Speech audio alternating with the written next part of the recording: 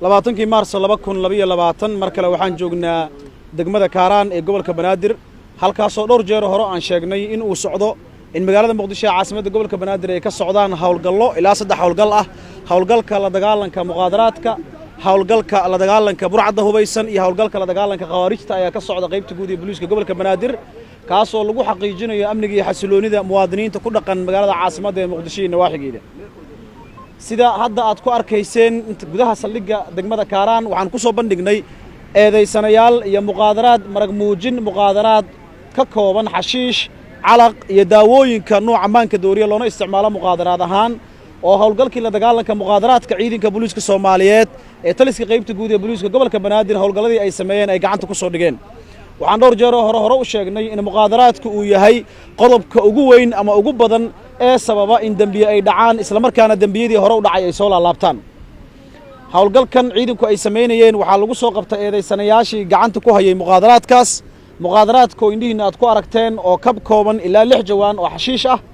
calaq ku jira caagag yar yar oo iyagana loo isticmaalayay in loo isticmaalo in maanka lagu dooriyo iyo kaniiniga nooca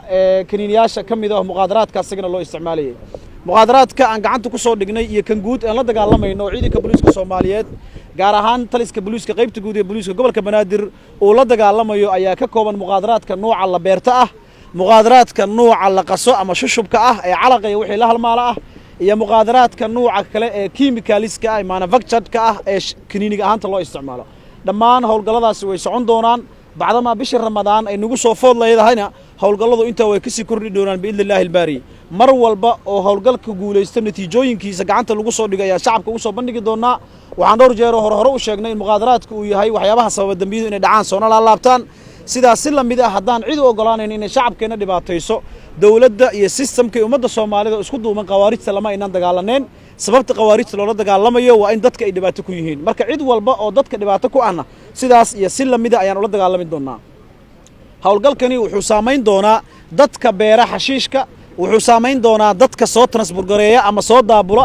dadka deal risk ay ka ganacsada iyo dadka muxuu ahaayay isticmaala kaliya kuma eka dadka isticmaalana kula dagaalano hawlgalkan waa ballaaran yahay waana dhinacyo badan yahay hawlgallada kaleetona sidaas oo kaleeto wixii ka yimaada ayaa idin soo bandhigi doonaa ummadda Soomaaliyeed si ay u ogaadaan isla markaana nooga gacan siiyaan baraha iyo meelaha xaafadaha ee lagu yaqaano shacabka ummadda Soomaaliyeed waxaan ka codsanaynaa in lambarka gaaban ee 99 had dadku ay la soo xiriiraan isla markaana la ogeysiyo goobaha looga ganacsado ama laga helo muqaadaraadka noocyadaan oo kale taasi ummadda looga qabto waa maasantiin shirkeena jaraa'id qaybta